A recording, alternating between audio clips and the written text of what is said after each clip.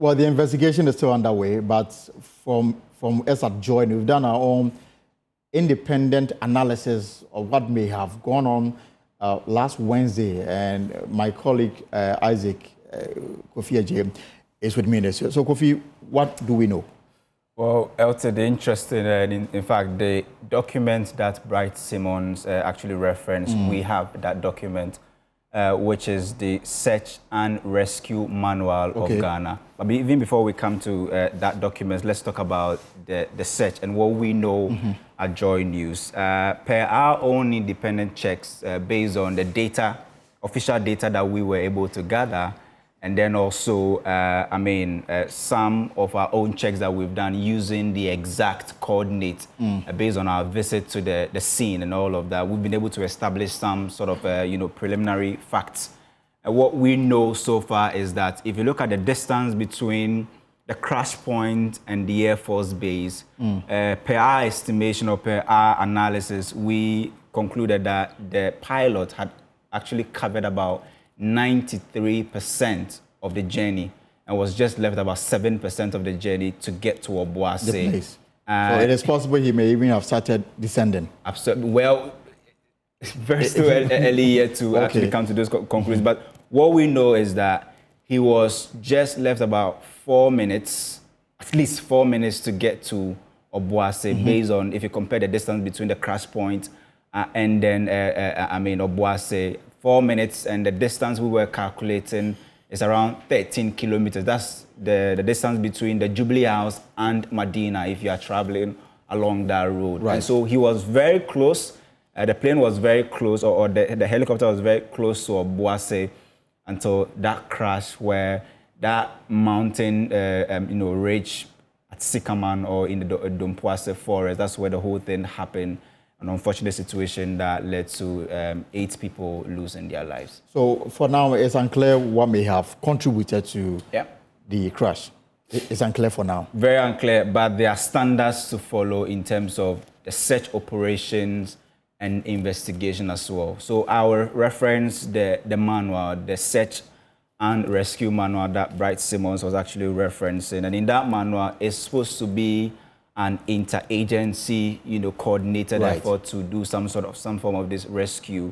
So in there you have the airborne units, which is supposed to be manned by the Ghana Air Force itself, right? So the Ghana Air Force, which has its bases in Takoradi and Greater Accra or Accra, are supposed to handle the airborne side of this rescue operation, and they were the ones who also had their aircrafts involved in this instance. And so that would have been a big concern to them, because in terms of the emergency manual, we have anything airborne in terms of rescue exercise to find missing aircraft and what have you. The Ghana Air Force is supposed to lead that. And when it comes to the marine aspect, you have the Navy and the Ghana Ports and Harbour.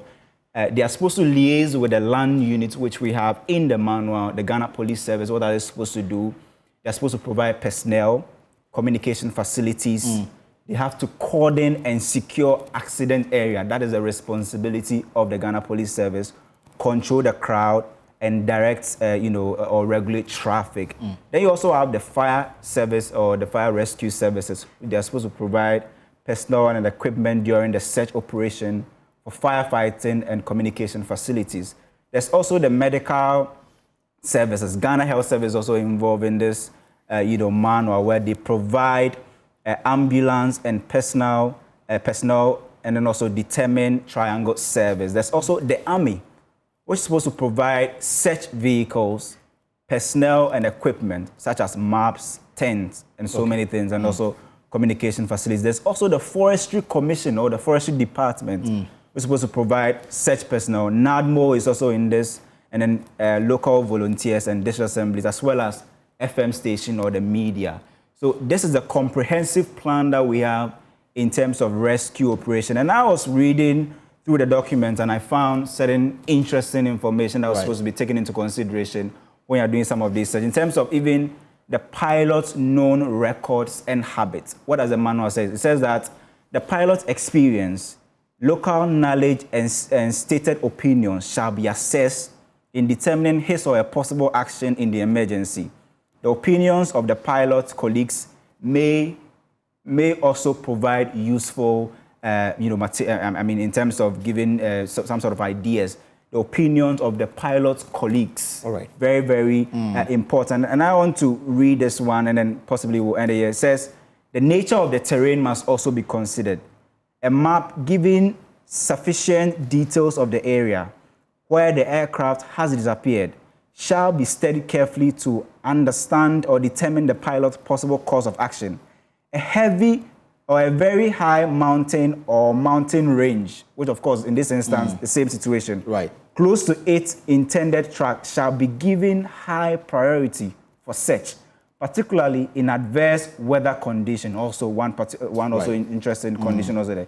On the other hand, a pilot encountering adverse weather may choose to avoid high terrains and attempt to follow valleys or proceed towards lower terrains. And we understand that even the weather briefing that was given to the pilot before he took off, also very important in all of this, rescue, manual that we have as a country. The investigation is starting, so perhaps we'll wait to see whether this was followed. But clearly, from what we saw last week, maybe some were followed, some they did not. And perhaps the investigation will unravel why this protocol was not followed. We look forward to that day. All right, cool.